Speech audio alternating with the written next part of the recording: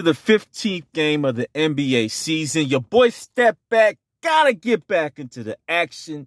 I've been quiet too long, and there's been too many things moving. Hurry, move.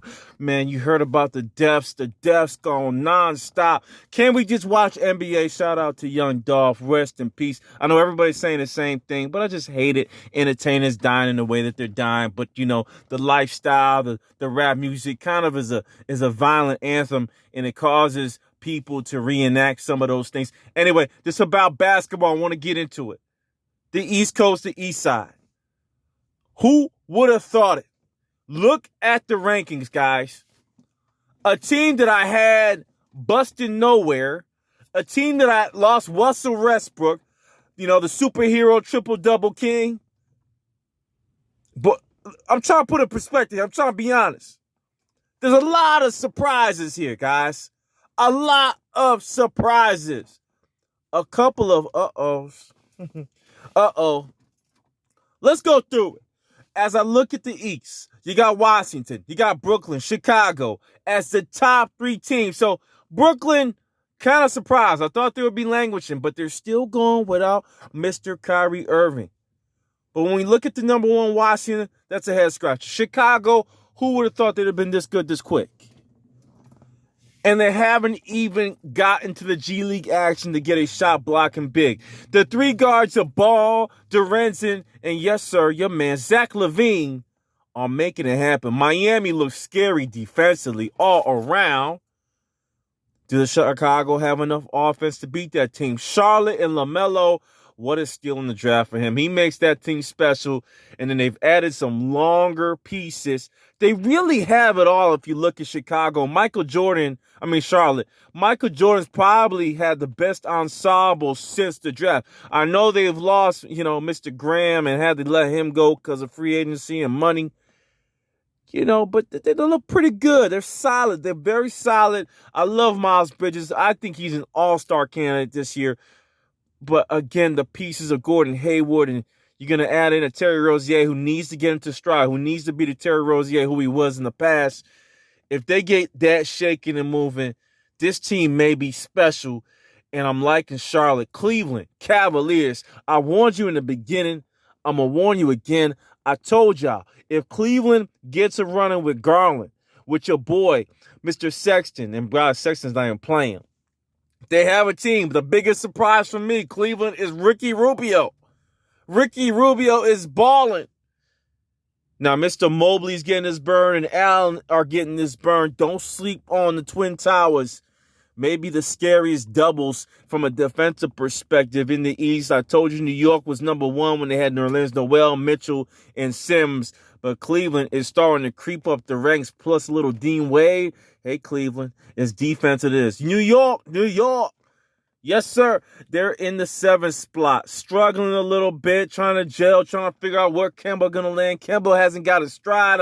I think it's the knee, but we got to see what's popping in the New York realm. It's interesting to see him in this spot. We'll start to look at his stats in a little bit, and then we jump into Philadelphia. I guess the biggest surprise for me is Philadelphia. How the hell, no Ben Simmons?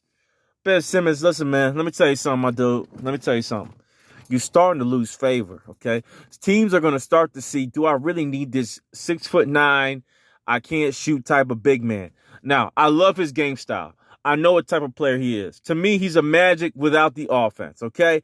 He's special inside of 10 feet, in my opinion. They need to surround him with players like that. I've seen him in summer leagues certainly show himself well, doing his thing, and really coming strong with the jump shot. But Summer League and game time, and Summer League I'm talking about just pickup games, we need to see that in the game time. And for me, with the way that the Philadelphia 76ers are going now, I'm not sure Ben Simmons truly can help them from an offensive perspective. But if you're looking for defense, if you're looking to catch up to Miami, yes, you want Mr. Ben Simmons back on the squad.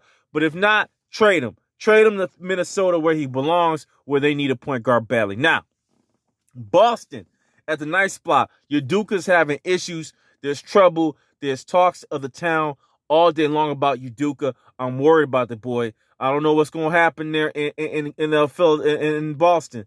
But if they don't get winning, I'm scared for Udoka, even though it's his first year. Jalen, nice little squad, Schrader.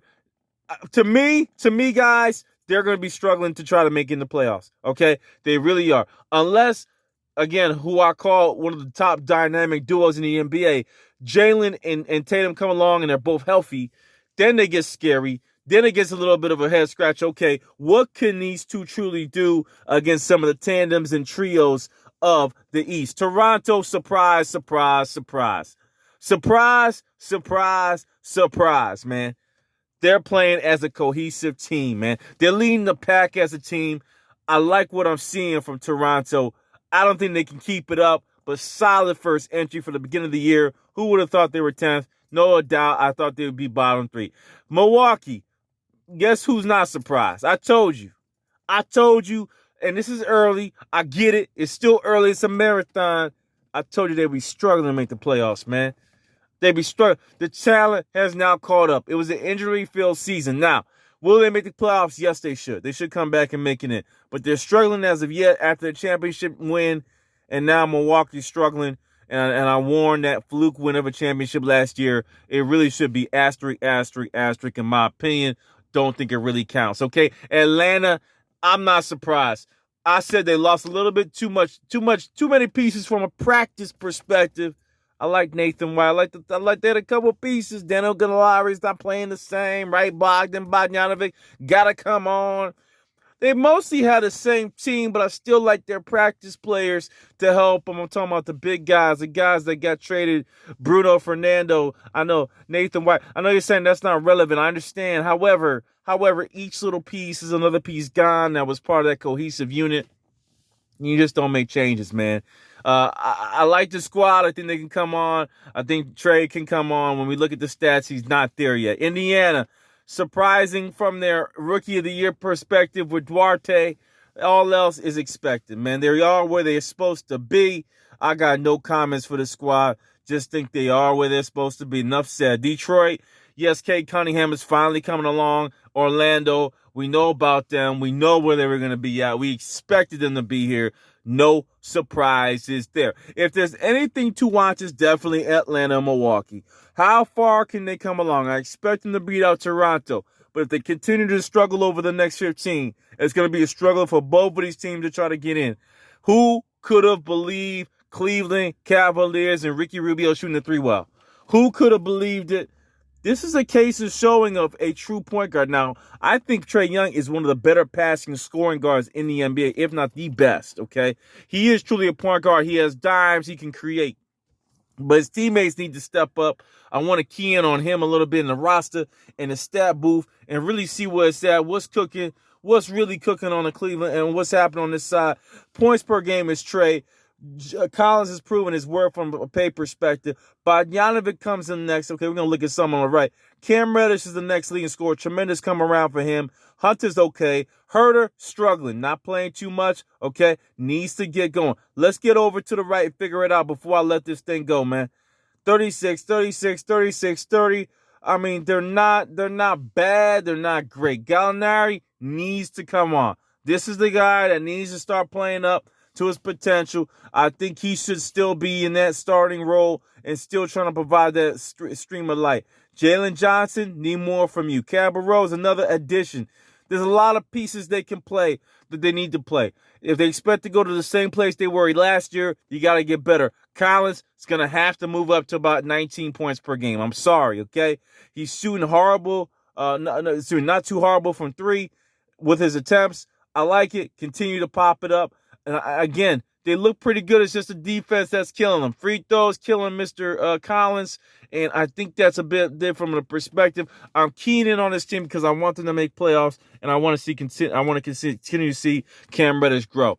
In all, after I made my biased look at the damn Atlanta Hawks, we kind of got it set, and the frequencies kind of met. And for me, it's the biggest surprise seeing Washington up there. It's a big surprise seeing Cleveland up there. But hey, I told you it'd be tight and the East is running. It's all about who comes ahead first. Still on season, still at the beginning of the season. We shall see how it runs. But those are my surprises. Mikey B, I'm gone. Step back magic. Peace.